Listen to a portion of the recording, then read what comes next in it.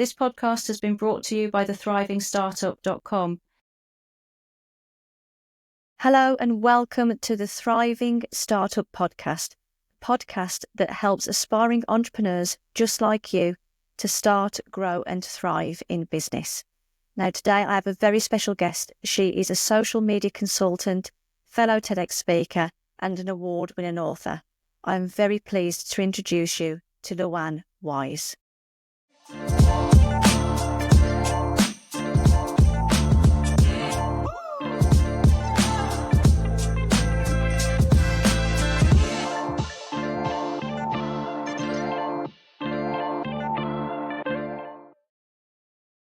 So, Luan, welcome to the Thriving Startup Podcast. How are you? It's so lovely to see you. Oh, it's great to be here. I'm really good. Thanks for inviting me. Yeah, it's been fantastic over the last 6 months because you've been really busy, haven't you? There's all sorts of stuff that you've got going on in the pipeline in the background.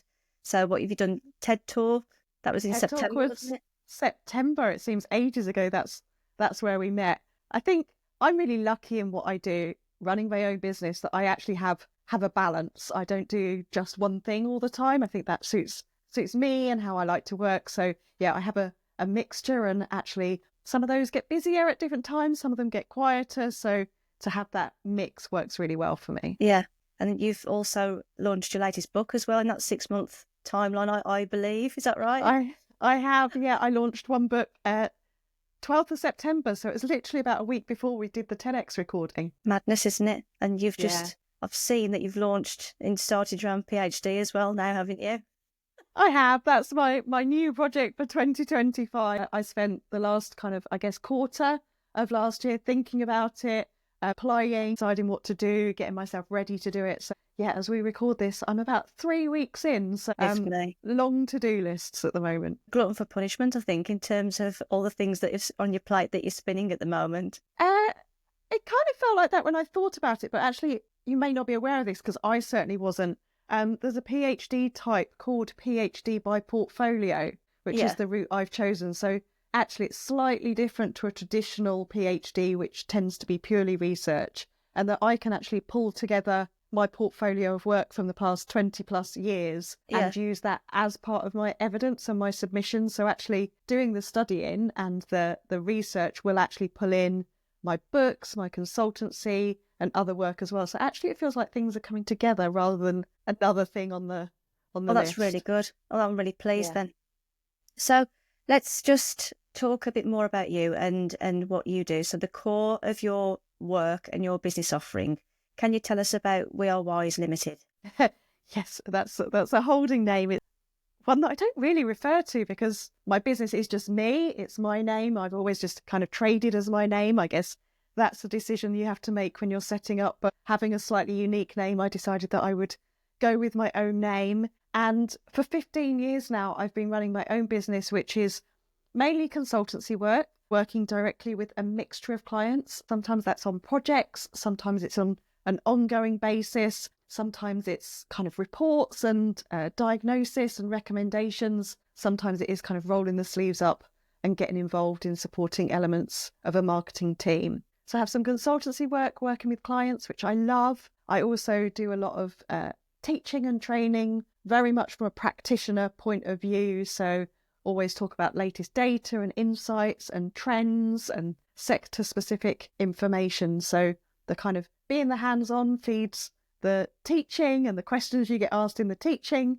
you go away and find out about it and research it. And I guess that's why I got into writing books, because I had the content from the teaching and wanted to research it further. So it does all link together. That's really good. So there's a nice little life cycle there then, isn't there? Yeah. 15 years, that's a very long time. Do you still have passion for it? Yes, I think so. I think I am a driven person. I know why I get out of bed in the morning. I will say, we're at the time and reflecting on it. The last few years of lockdown and change and maybe things that haven't been in my control have been harder. Things took a detour, I guess, to a certain extent. But I still love what I do because I think marketing as an industry just constantly changes. That does make it challenging, but it makes it interesting as well. 2 years ago, we wouldn't have talked about AI, whereas, ChatGPT is open on a tab almost every day. So I like the opportunity to learn new things and see how I can apply them. And I think running my own business, I almost feel like privileged that I get that time to read and experiment and then help others with it. Yeah. Because I imagine the demand to keep your foot firmly on the pedal, to keep going, because it's an ever evolving industry, isn't it? Social media, and for you to keep on top of everything. Like, how do you manage your time with that? Do you have like dedicated research time or? Yeah, I do.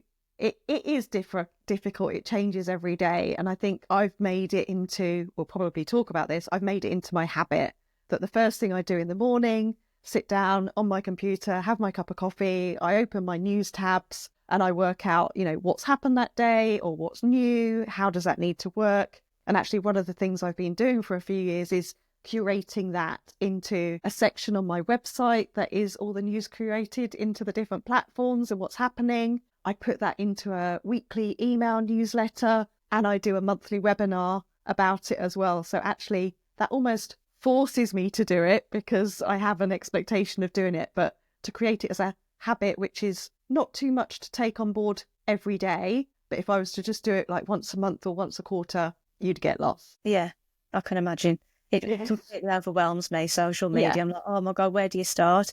So somebody who's starting their own business, either somebody who's in the planning stages or somebody that's just launched, what would be one of your top go-to tips to support the new business owners with social media? I think there's something around, and I know I talk to many people who are setting up their own business, that some people like to have everything planned and everything in place and everything ready before they think they can go out and get clients. And that is, one way of doing it. But the other is dive in, get going and network. If there's anything I've learned in my business, and, I didn't know this when I set up, and I guess it evolved. And then I had a realization that, that's how I was getting clients and that's how I was getting known. And that's how opportunities were coming about, was networking. And you can do that with LinkedIn. You can do it from the comfort of your desk. Make sure that you set your profile up. Don't set it up as a cut and paste of your CV, because you're not applying for jobs when you're setting up a business. You're creating a showcase for your potential clients, your potential referrers, any other opportunities as well. So refresh your LinkedIn profile and message people, constantly message people. That's how I network, keep in touch. I know you do it as well, Charlotte. One of the first things when we were announced as TEDx speakers, we set up a WhatsApp group and we were messaging each other and we were setting up on LinkedIn, and we've all done that afterwards and kept in touch as well, because you never know when opportunities are going to come about. Doesn't need to take a long time, doesn't need to cost anything either. So networking and do it on LinkedIn. I think it's a good point to make, because you never know what's gonna happen.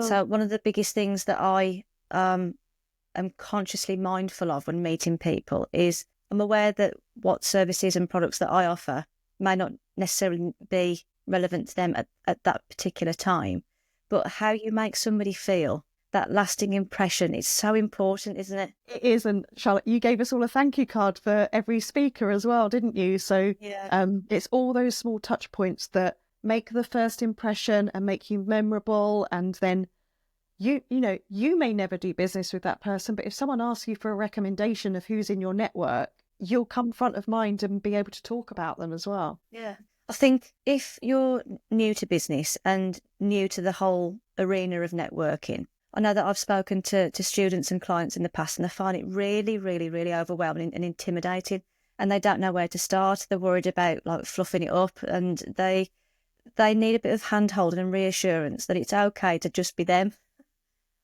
So yeah, I think there's obviously when I started on social media, it was newer for everyone, but I kind of feel that same way now about new platforms like TikTok and Threads and Blue Sky. So there's always new things. I think one of the biggest fears that people have, particularly if they're starting up their own business, is what do I say? And will people want to know that? Is it interesting? And I think the first thing is to not try and compare yourself to what someone who's been doing this for a long time is doing, because they've evolved and found their voice and everything else, and they're still learning. But one of the biggest tips I give for people on like for social media content is just storytell and document what you're doing. Like a LinkedIn post about an event you're attending, or a book you've read, or a brilliant TED talk TEDx talk that you've watched, hint, is always a good post. But, it doesn't need to be like a big wow piece, or, I've this big kind of thought leadership piece that will come. But if you just tell people what you're working on, where you are, honestly, the posts that I find get the most engagement and then help me have conversations are literally the pictures of me on stage, or the selfie outside my new university. People are inherently nosy and they just want to know what you're up to, and then talk to you about it. The storytelling piece, because storytelling is quite a buzzword, isn't it, at the moment, in terms of like guiding people. You need to tell more stories, you need to let people into you.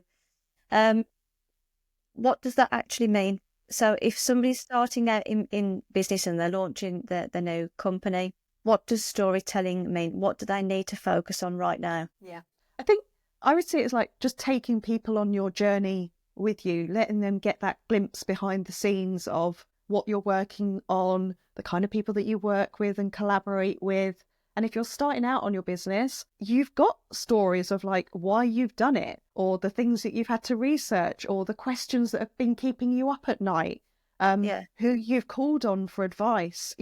Other people will have been there and want to help you, or other people will recall it, or you could, that story could help the next person as well that's like thinking about it and hasn't really vocalized it. So yeah, I would say it's like narrating what you're doing and taking people with you. I think one of the biggest takeaways that I have personally when it comes to storytelling is it makes you more human, so people can relate to you more. There's no, because ChatGPT can't write your story for you, can it?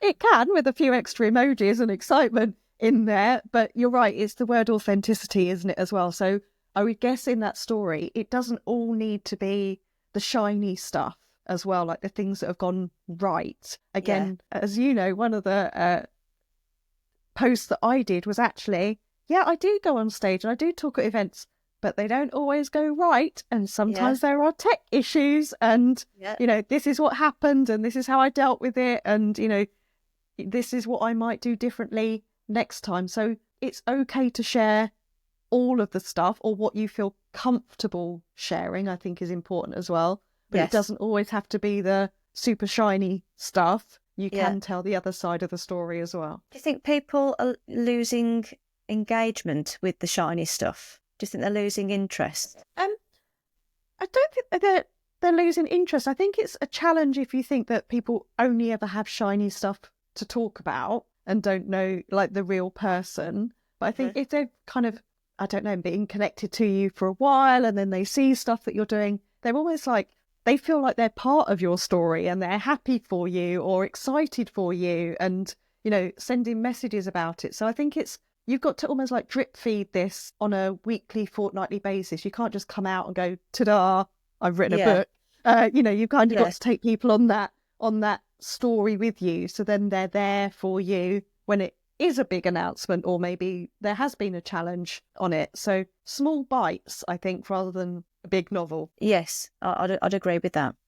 So why did you get into social media all those years ago? What was it that just drew you to it? What was it? Well, there's a story here in that actually when I first had a conversation about social media as a new marketing channel, when Facebook was just launching and LinkedIn was a couple of years old, I was at an industry dinner, sat next to someone who said, have you thought about, and I was like, no, like I've done all these, and I actually said the words, it's not going to take off. I don't think this, I know what I'm doing, traditional stuff, it's, print, flyers, it's not going to take off. And we ended the evening by saying, okay, well, when you change your mind and you want to explore it, let's have a chat. So I did, like a few months later, go, just keep getting all these LinkedIn notifications and these friend messages. Maybe I should actually have a look at this thing. Yeah. And so I did pick up the phone and said, I'm ready to talk now. I know I said before, it was an event with, it was a social event. Let's talk about it. Went and spent some time together, talked about it, and then like, it was for me, it was that light bulb moment of like, actually, yeah, this is interesting. I'm excited about this. Let me play with it. Yeah. Yeah. So yeah, I dismissed it and then changed my mind quite drastically. So it's a good job that you did change your mind, because look at you now. I know. So what would you say is your favourite channel, favourite social media channel? I think for me it is LinkedIn, probably because that's where I started, because I was in-house in an organisation, very B2B. So it was the most relevant platform for me at the time. I've always spent time on it, and, I've seen rewards on it for, so it's 10 years ago now, but about this time 10 years ago, I had a message from LinkedIn and their PR team inviting me to take part in their International Women's Day campaign, because they noticed that I think they called it Best Connected at the time. So, I was getting results from the platform, building a network. I then got to work with them, writing some courses for them. So I think, that always helps. But also it is where I've built my network and had the best introductions and connections. Such an impressive accolade that is. The fact that you now work with LinkedIn, and didn't realise that it was all those years ago that the relationship actually started. 10 years. It's quite early on, yeah. Wow. Yeah, been doing it a while. So can people join your course on LinkedIn then now? Yeah, so the courses that I've got are part of the LinkedIn Learning part of the platform. So you do need a premium business account or to buy the courses. But I've got some courses on there. That's right. I knew that you were affiliated and partnered with LinkedIn, but I didn't realise it was that long ago. That's fantastic. That is, Luan. Brilliant. Yeah. Oh, thank you. In terms of what you've learned then over the years, so you said that you've been in business for 15 years. What would you say is your biggest hurdle to date? I think for me, when I set up my own business, which I'll share, was as a conversation with my previous employer and the shareholders. So I went from being their employee to being their consultant, which was a great place to start a business. And I had all the time to set up and do that transition. So that was a really nice way. And I appreciate, how lucky I was to have that happen. But I think I just saw setting up my own business. I didn't really see it as setting up an own business. I thought I was calling myself a freelancer. I was doing the work that I loved doing in terms of marketing and everything else. And then it was like, oh, I've got to do accounts and I need to have contracts and chase money. And, this has happened. And now I need to talk to a lawyer because someone's copied my stuff. So I, all those things that you don't want to happen and you don't want to do. And, your accountant's going, have you got that receipt for Starbucks? And you're like, no, I haven't. Like, really? I'm not, but I do, I know all of that stuff and I'm very focused on numbers and pipeline and what's coming up next. But I'd much rather not have to do that stuff. But it is critical. Do you outsource it now or do you still do it yourself? I do everything. I do have an accountant, but I use accountancy software.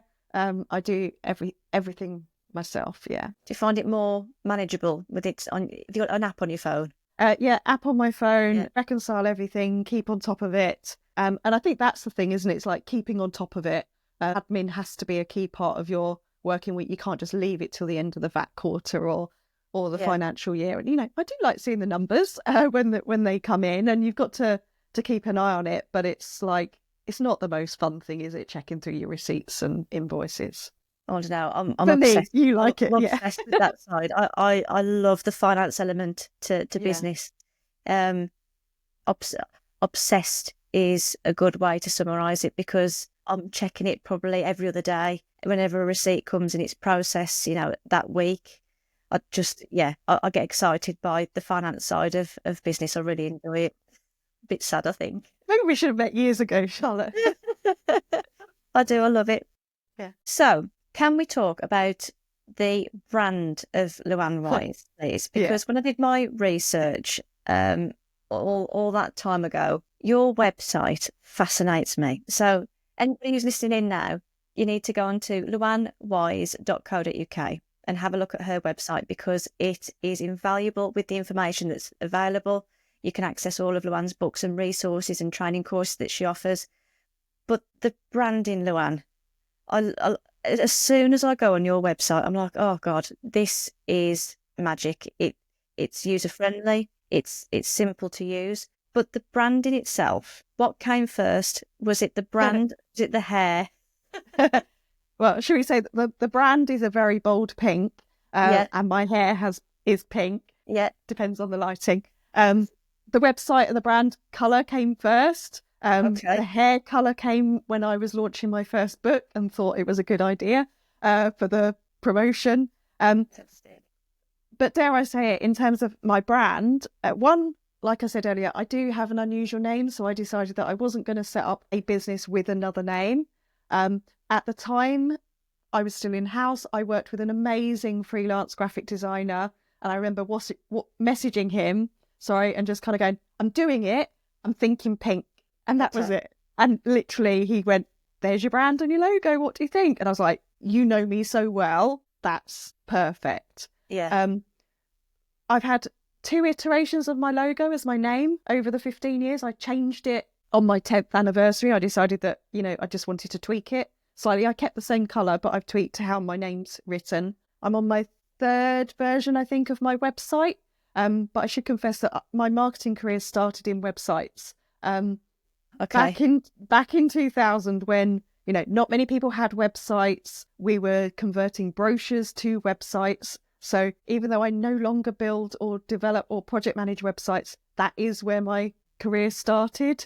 I built my first website when I launched. Now I have a website developer that takes what I'm looking for and does all the tech stuff of it. So I guess fortunate to have that background of I literally started my career in websites, advising people, doing all the wireframes and the navigation plans. So and I guess that's followed through to my own. I mean, what would you say was the brief? What would you say? What is your core purpose for wanting to start a website, and what do you want to advertise mainly to your audience? Yeah, I think I would give this piece of advice, and again, I learned this rather than planned for it. Do not expect in any way to get loads and loads of leads. Do not expect that you're going to get inquiries every day or the forms on your website filled in. In my experience, that doesn't happen. And sometimes if it does happen, it's not always the best quality because people are coming at you cold and potentially just looking to price compare or, something like that.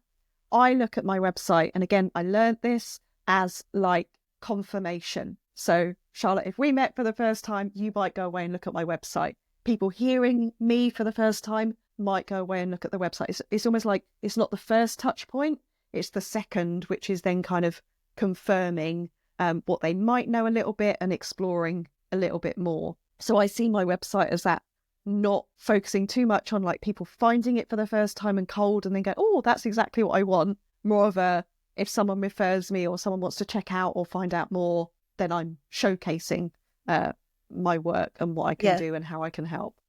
It's almost like you've set it up so it's like a verification check. Yeah. For when people are referred into you or when they meet you in person. Yeah, and I think that's so important. And again, if I refer people, what do I do when I refer? I go, oh, here's a link to their website. And I have had feedback when I've done that before, or had to say, look, I know this amazing person, they're setting up soon, they don't have a website yet. Here's their LinkedIn profile, but, trust me.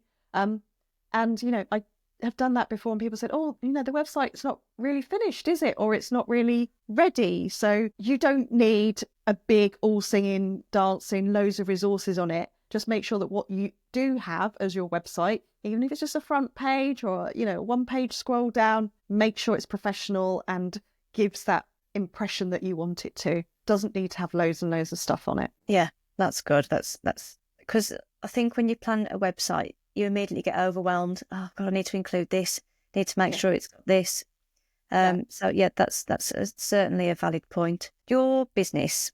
So because you're in the services industry and you're a consultant, we're now living in the world where personal branding has just completely blown up, hasn't it? We're now in tune with the fact that people buy from people and there is actually a human presence behind a business. So for somebody who's looking to get into the services industry, would you advise them to look at setting up and having them as their name as the business? I think this is a really difficult one because, as I said, I'm in a different situation. I've been doing it a long time.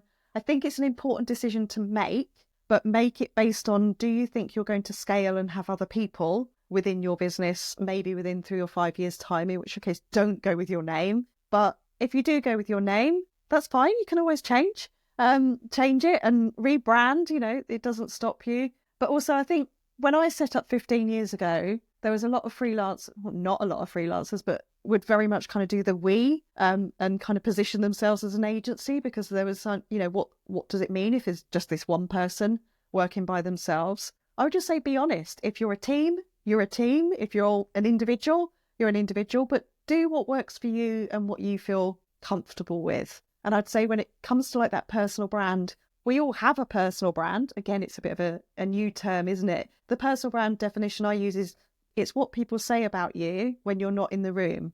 So it's how someone defines you.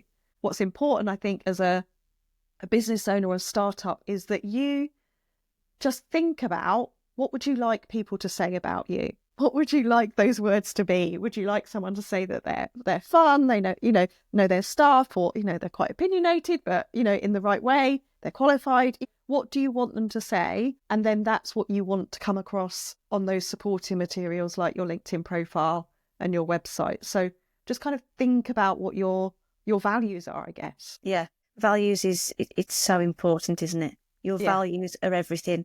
They are a core, non-negotiable. This is who I am. This is what makes me me.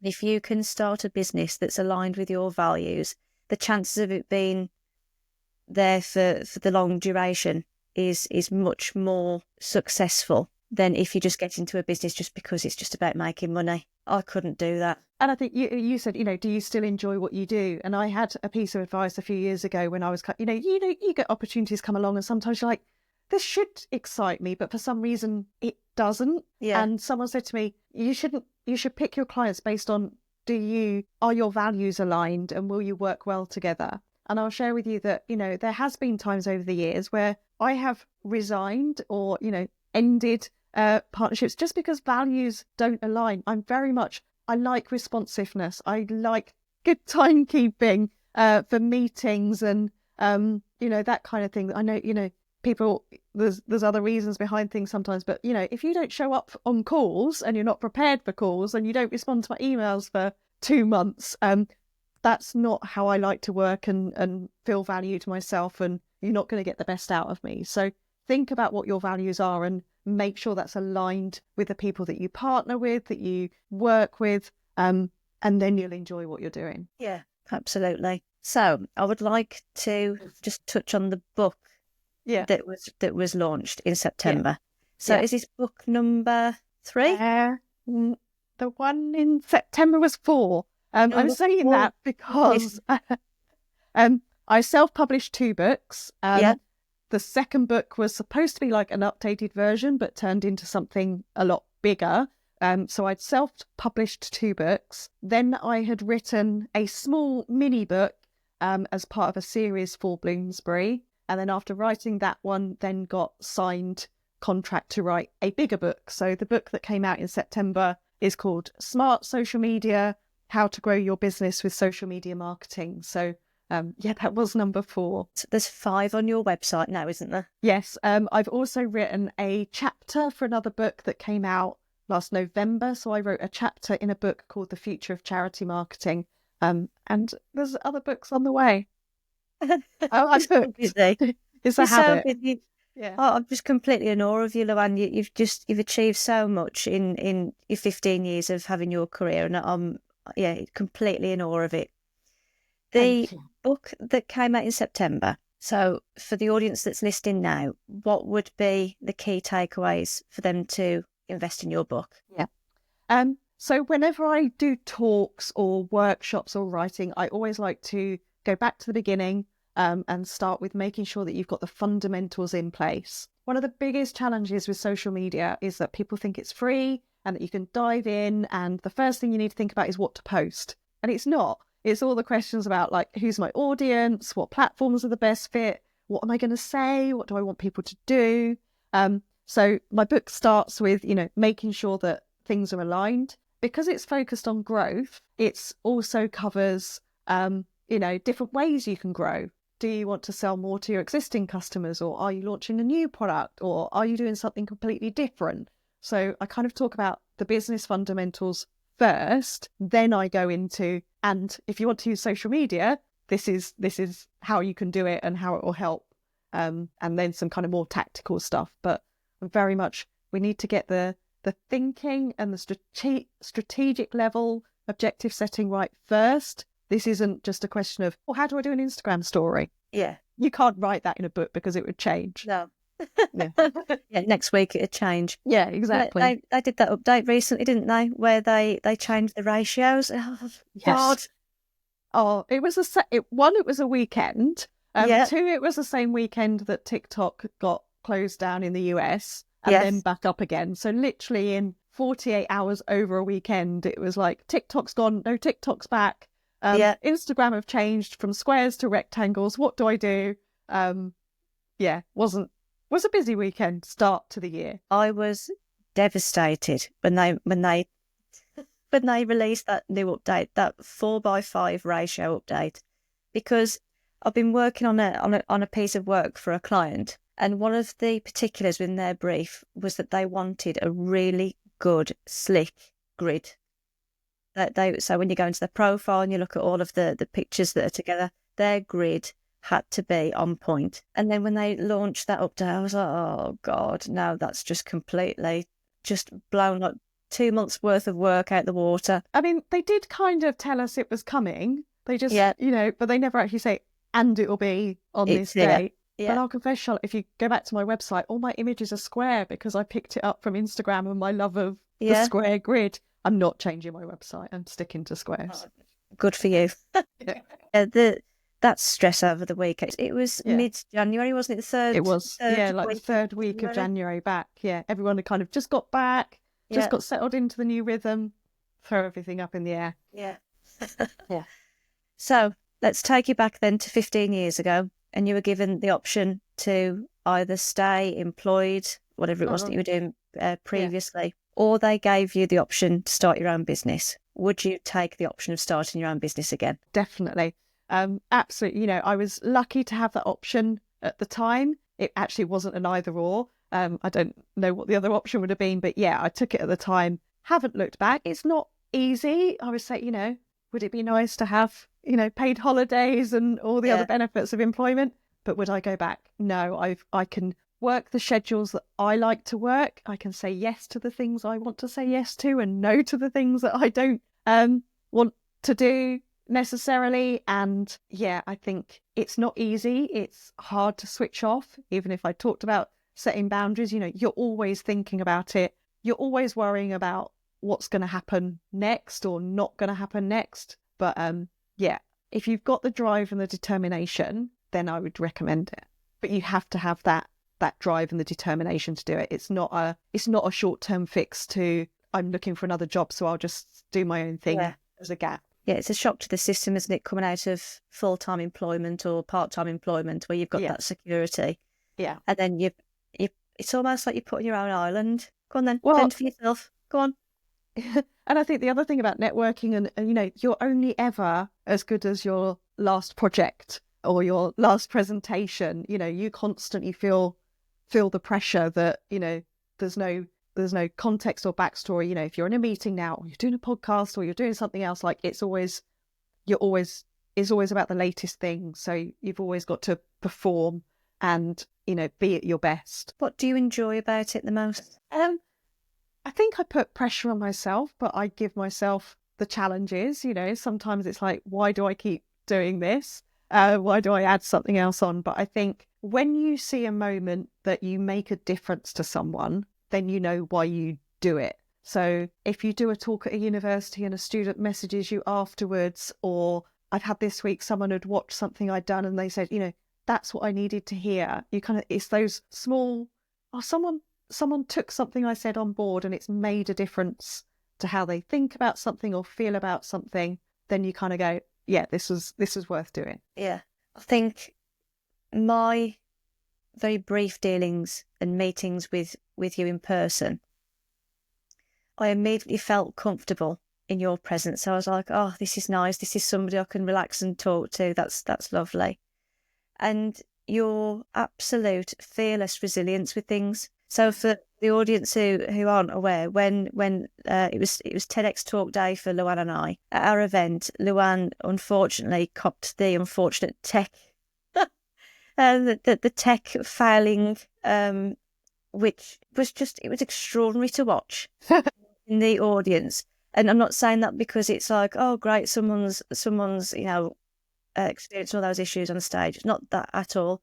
It was the fact that you barely even flinched. So the resilience that came out of that was incredible. I sat there and it kind of almost added to the talk where I was like, this woman's incredible. Like the content and the premise of the talk is brilliant. And anybody who follows the TEDx Talks on YouTube, you need to search for Luan's talk. It's fantastic.